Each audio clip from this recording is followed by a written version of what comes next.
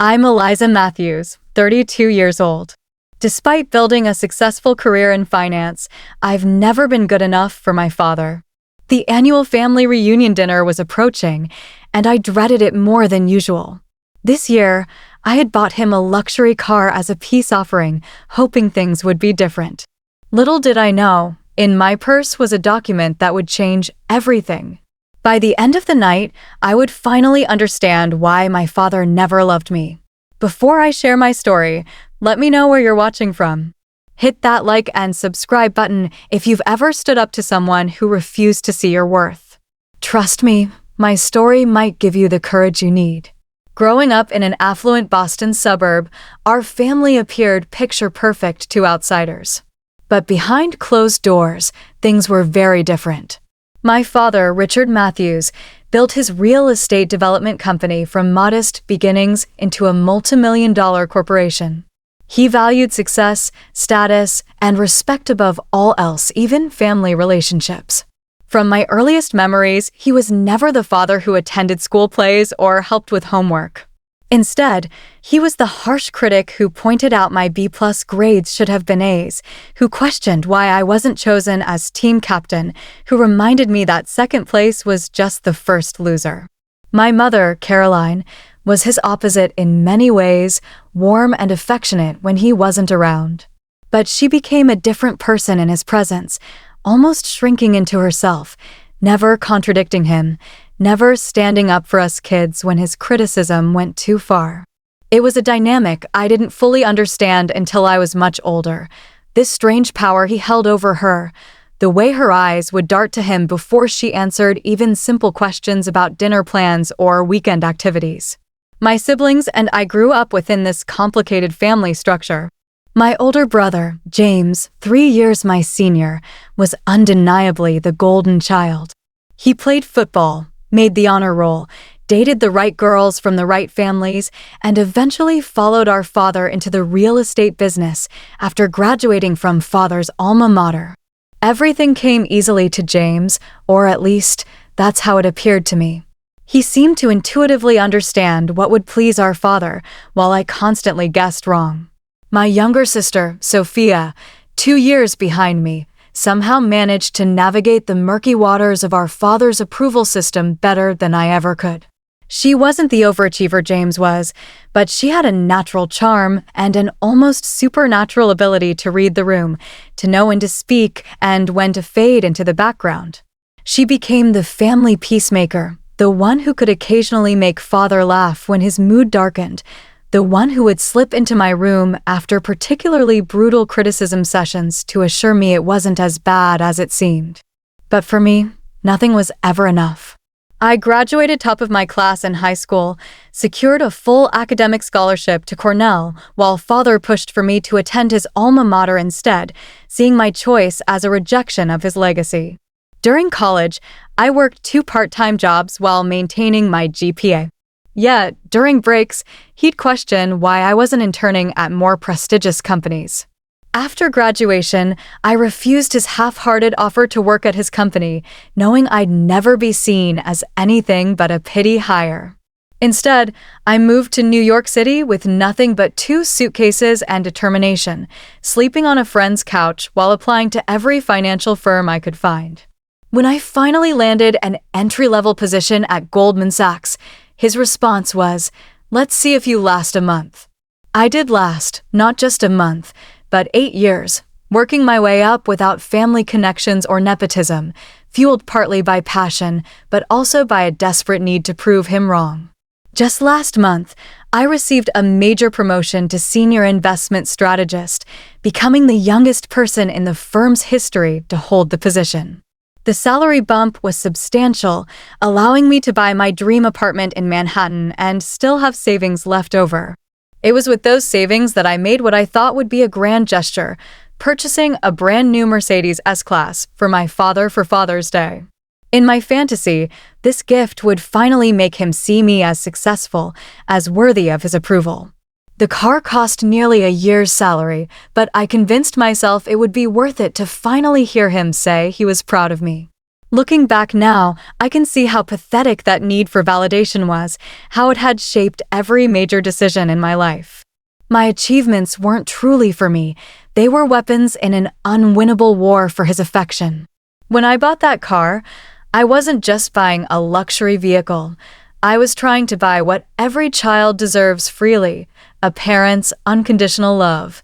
The annual Matthews family reunion always fell on the last weekend in June, conveniently close to Father's Day, which meant the gathering doubled as a celebration of Richard Matthews's patriarchal status. This year would be no different, except that I had made the decision to finally stand out by purchasing that ridiculously expensive luxury car, a sleek, black Mercedes S-Class with all the premium features Father had once mentioned admiring at a country club friend's home.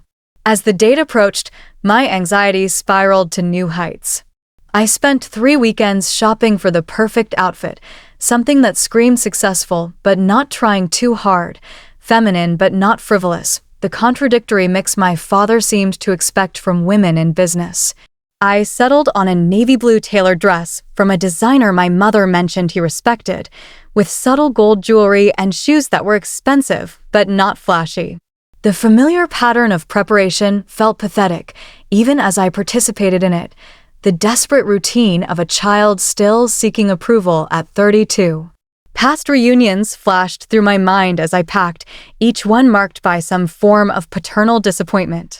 When I was 16 and won the state math competition, he'd questioned why I wasn't focusing more on debate, since numbers people are easy to find.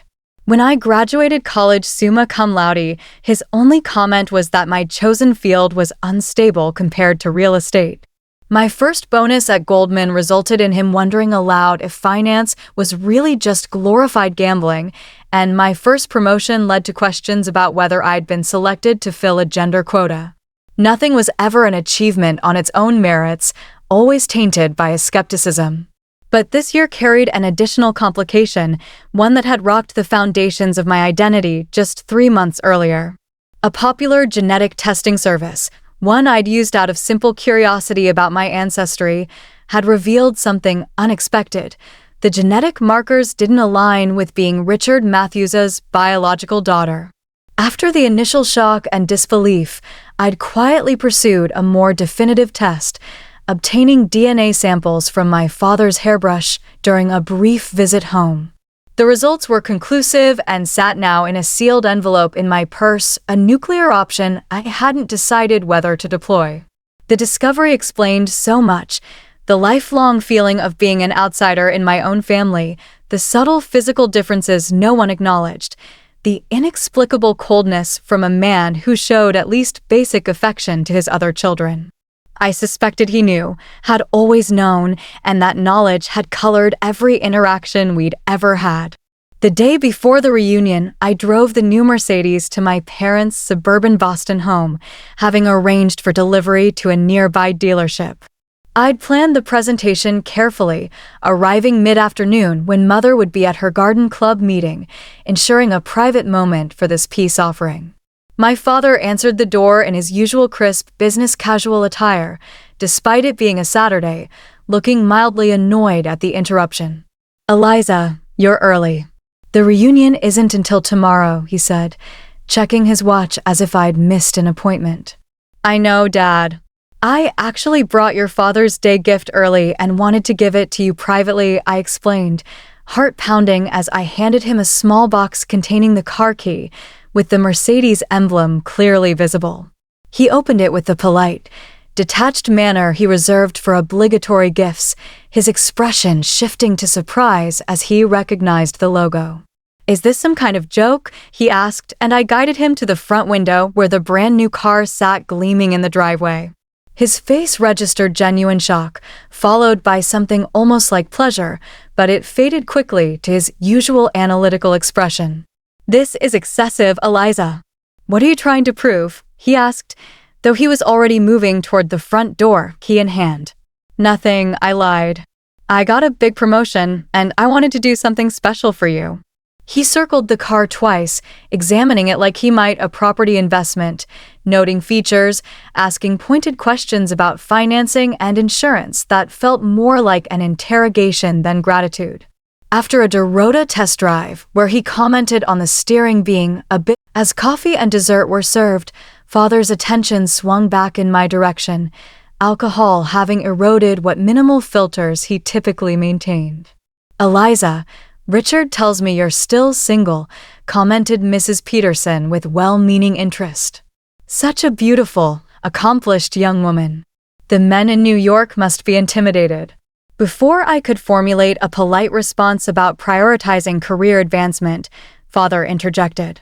"Eliza has always been focused on proving something rather than building something," he said, swirling his bourbon contemplatively.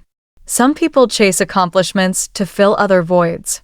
Family requires compromise, something the Matthews women have traditionally understood better than she has." The casual cruelty landed with practiced precision, implying my professional success was compensation for personal failure rather than an achievement in its own right. Mother's sharp intake of breath was audible, even from my distant table position. "Richard," she began with uncharacteristic firmness, but he continued as if she hadn't spoken. "Perhaps if Eliza had shown more interest in the suitable matches I introduced over the years, rather than dismissing them as boring or conventional, she wouldn't be facing her 30s alone." Each word was carefully selected for maximum impact, the public dissection of my personal choices presented as paternal concern rather than the hostile critique it truly was.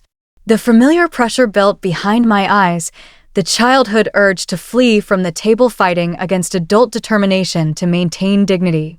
I took a measured sip of water, noting with detached interest that my hand remained steady despite the emotional turbulence beneath.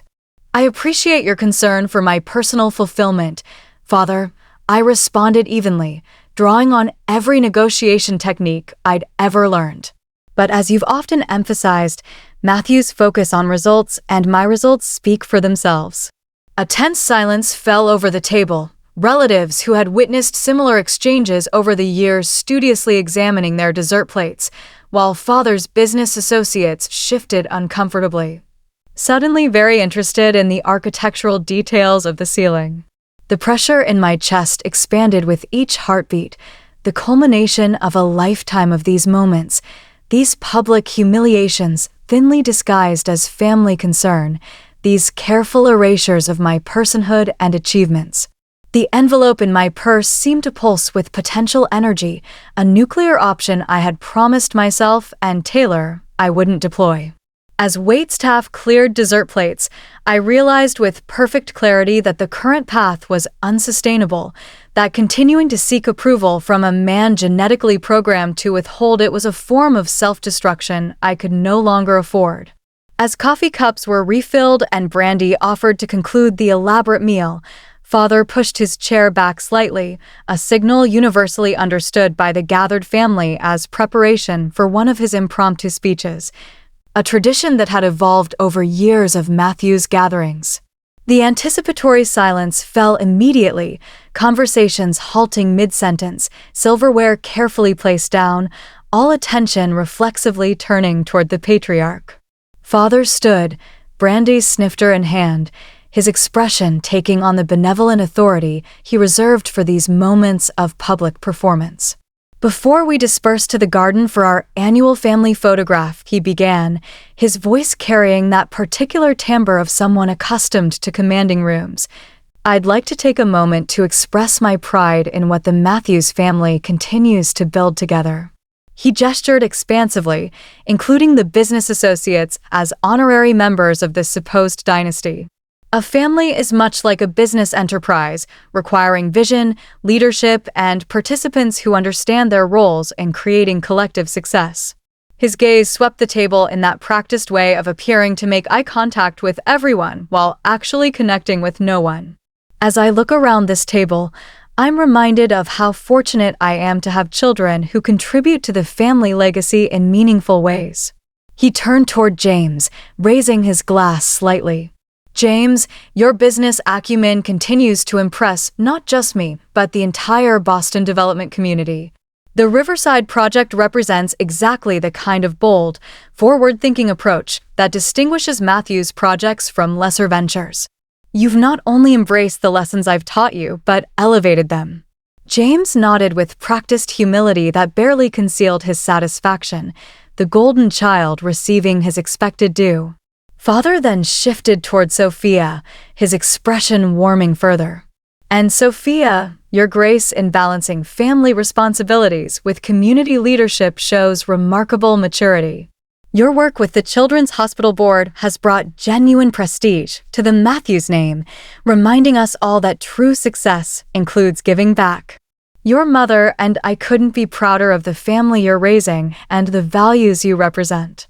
Sophia's smile was genuine, if slightly uncomfortable with the spotlight, always more comfortable facilitating others' recognition than receiving her own. I braced myself for what would inevitably come next, the careful omission, the pointed silence where my name should be, the practiced technique of praise by exclusion that would communicate volumes to everyone present without requiring explicit criticism. What happened instead was somehow worse. Father's gaze finally landed on me, the slight narrowing of his eyes betraying the calculated nature of what would follow. As I reflect on my children's accomplishments, he continued, his voice modulating to what others might mistake for thoughtfulness rather than the prelude to attack it actually signaled, I'm struck by how differently success can be defined. He took a deliberate sip of brandy, the theatrical pause allowing tension to build.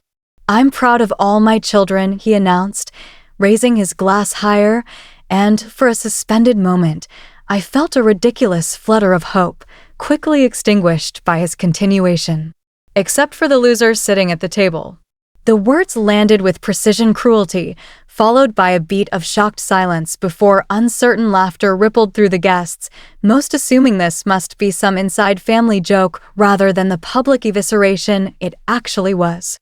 I felt blood rush to my face, then drain away completely, leaving a cold numbness as every eye at the table turned toward me with expressions ranging from embarrassment to pity to morbid curiosity. Father continued, as if he'd made a mild joke about the weather. Some people measure success by titles and salaries, by superficial achievements that look impressive on paper but lack substance and staying power. True success comes from continuing family traditions, from building upon foundations rather than constantly seeking to prove individual worth at the expense of collective strength. The deliberate vagueness of some people fooled no one, the target of his remarks crystalline in its clarity. Mother's face had gone completely white, her knuckles bloodless around her napkin, while James looked smugly satisfied and Sophia openly mortified. Cousin Rachel reached across her husband to touch my arm in silent support, but I barely registered the gesture. My entire consciousness narrowed to a pinpoint focus on the man at the head of the table who had just confirmed what the DNA test had already told me, that I was fundamentally separate, other, not truly part of this family in his eyes. For 20 seconds that stretched like hours, I remained frozen, experiencing the physical sensations of humiliation with clinical detachment, the burning face, the constricted throat, the accelerated heartbeat. The fight-or-flight response flooding my system with adrenaline. A lifetime of similar moments flashed through my consciousness, a continual slideshow of public corrections, subtle undermining, achievements reframed as failures, each building upon the last to create the summative message that I was fundamentally insufficient. Unworthy of the name I carried, the name that genetic science had recently confirmed wasn't actually mine to claim. As Father concluded his speech with some platitude about family unity that rang hollow after his pointed exclusion, something shifted irrevocably within me.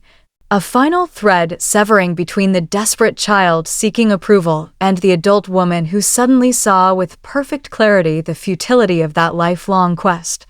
The weight of the envelope in my purse transformed from burden to liberation, its contents no longer a shameful secret, but a key unlocking the prison of false expectations I'd occupied my entire life. The room remained suspended in uncomfortable tension, waiting for my reaction, perhaps expecting tears or a hasty exit, as had happened in previous years, the predictable conclusion to the familiar family drama. Instead, I felt a strange calm descend, a clarity of purpose crystallizing around the decision that had perhaps been inevitable from the moment the test results arrived. Without fully planning the action, the room had gone completely still, the kind of weighted silence that precedes significant moments. Mother's face was a mask of alarm, while Father's expression darkened with the recognition that this script wasn't following his expected pattern. For those keeping score, I continued with deliberate lightness that belied the magnitude of what was coming. I graduated top of my class from Cornell, built a career without family connections, and recently became the youngest senior investment strategist in my firm's history. By most objective measures, hardly the definition of a loser. I allowed my gaze to sweep the table, establishing brief eye contact with several relatives who nodded slightly in acknowledgement before returning my attention to Father. But success in Richard Matthews's world has never been about objective achievement, has it? It's about conformity to his specific vision, about reflecting glory back upon him rather than creating one's own light. I reached for my purse with deliberate calm, aware that every movement was being closely observed, the unusual spectacle of the compliant middle child finally breaking rank too compelling to ignore. "I bought you a car worth more than most people make in a year," I said directly to Father, whose face had settled into the cold mask he wore when business negotiations weren't proceeding to his advantage. Not because you needed it or even particularly deserved it, but because I still harbored the childish hope that a grand enough gesture might finally bridge whatever mysterious gap has existed between us my entire life. From my purse, I withdrew the envelope containing the paternity test results, the paper now seeming almost mundane considering the weight of information it contained. For 3 decades, I've blamed myself for your inability to show me the same affection you show James and Sophia. I've twisted myself into countless shapes, trying to become whatever would finally earn your approval, never understanding that the problem wasn't in my actions, but in my DNA. A collective intake of breath circled the table as the implication of my words registered, Mother's face draining of remaining color, while James straightened with sudden alertness. I placed the envelope precisely in the center of the table, my movements measured and deliberate. "For you, Dad." "Happy Father's Day," I said with quiet finality, infusing the paternal title with all the irony the moment deserved. Without waiting for a response, I turned and walked from the dining room, back straight, pace unhurried, preserving the dignity that had been systematically stripped from me throughout the evening. The shocked silence held until I reached the main foyer, followed by the immediate eruption of multiple conversations, questions overlapping into unintelligible noise. I continued outside without hesitation, the evening air cool against my flushed skin, the path to the driveway illuminated by decorative lanterns that created pools of light in the gathering dusk. The Mercedes sat where Father had positioned it for maximum visibility, its gleaming black paintwork reflecting the house lights, a symbol of everything I'd been trying to purchase with money that should have been invested in my own peace instead. The decision wasn't conscious so much as inevitable, my hand finding the spare key fob I'd kept in my purse, the remote unlock responding with a gentle chirp that seemed inappropriately cheerful for the moment. I slid into the driver's seat, the leather interior still carrying the new car's smell mixed with the faint trace of Father's cologne, an olfactory reminder of his brief possession that would soon fade. Through the windshield, I could see figures appearing at the dining room windows, silhouettes gesturing animatedly, the family drama now fully unleashed by my departure and revelation. The engine purred to life with expensive precision, the dashboard illuminating with welcome lights, as if nothing momentous had occurred, as if this were simply another drive rather than a definitive break with 32 years of emotional servitude. As I reversed down the driveway, I caught a glimpse of the front door flying open, Father's figure framed in the light, one hand clutching what appeared to be the opened envelope, his mouth open in what might have been my name but was lost beneath the gentle rumble of the German-engineered engine.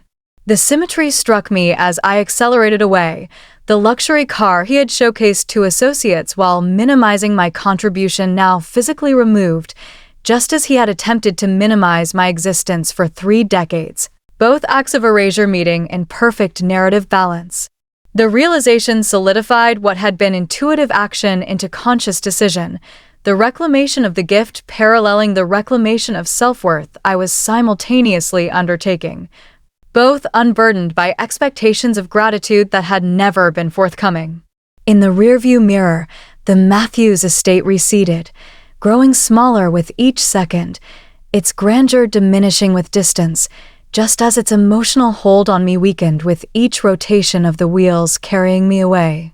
The lightness spreading through my chest wasn't happiness exactly, too complex and bittersweet for such a simple label, but rather the unfamiliar sensation of freedom, of choices suddenly unconstrained by the gravitational pull of paternal approval that had distorted my orbit for as long as I could remember.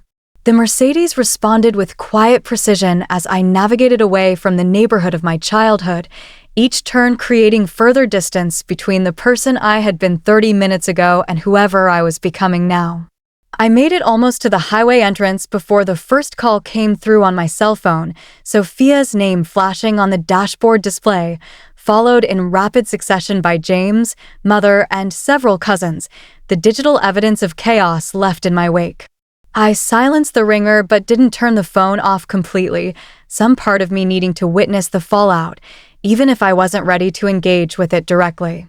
As I merged onto the highway, headed toward Boston proper rather than back to New York, I allowed myself a single glance in the rearview mirror, just as a male figure I recognized as my father rushed into the street behind me, his normally composed face contorted in an expression I'd never seen before, something beyond anger, into territory I couldn't immediately identify. The distance was too great to hear his voice, but I didn't need audio to recognize the scream from his body language alone. Arms raised overhead in a gesture of such primal emotion that it momentarily rendered him unrecognizable as the controlled patriarch who had engineered decades of emotional manipulation. The image burned into my memory as I accelerated away, a visual representation of the seismic shift that had just occurred. The carefully constructed family narrative cracked beyond repair by 3 pages of scientific data and 1 moment of absolute clarity. By the time I checked into a downtown Boston hotel 30 minutes later, my phone displayed 17 missed calls and 29 text messages, the digital equivalent of the explosion I detonated before walking away. I placed the room key on the desk, kicked off my heels, and finally allowed myself to review the communications, starting with Sophia's texts, which progressed from confusion. What just happened? What was in that envelope? To concern Liz, please call me. Everyone's freaking out to information. Dad is saying insane things. Mom locked herself in her room. James is threatening legal action about the car. Mother's voice messages began composed but rapidly deteriorated. The first a gentle, "Eliza, please call home when you get a chance," evolving into her 5th message, where her voice cracked with emotion. "The test can't be right. There must be some mistake. Please come back so we can discuss this as a family." James had limited himself to 2 texts, both threatening legal action if I didn't return Dad's property immediately and retract your disgusting accusations. The contrast between my siblings' responses was unsurprising, their reactions perfectly aligned with the roles they'd always played in the family dynamic. I sat on the edge of the hotel bed, phone in hand, the physical and emotional distance from the reunion already allowing me to process events with surprising clarity. The paternity test had confirmed what some deep, intuitive part of me had perhaps always known, that Richard Matthews wasn't my biological father, that the emotional distance he'd maintained throughout my life stemmed from knowledge he'd carried but never acknowledged.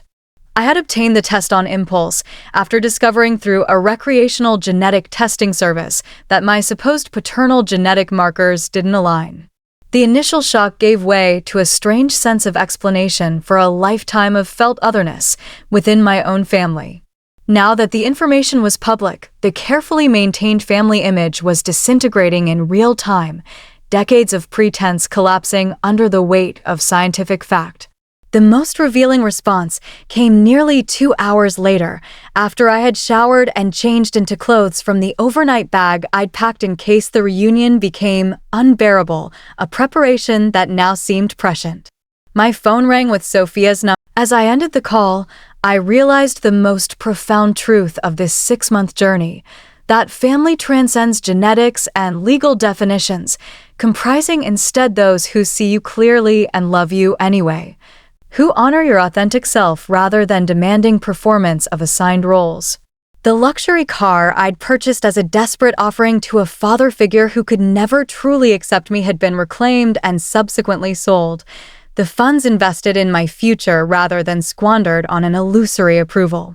More importantly, I had reclaimed the emotional energy previously exhausted on an unwinnable quest for validation, redirecting it toward relationships that nourished rather than depleted, toward work undertaken for passion rather than proof of worth, toward building a life measured by internal fulfillment rather than external recognition.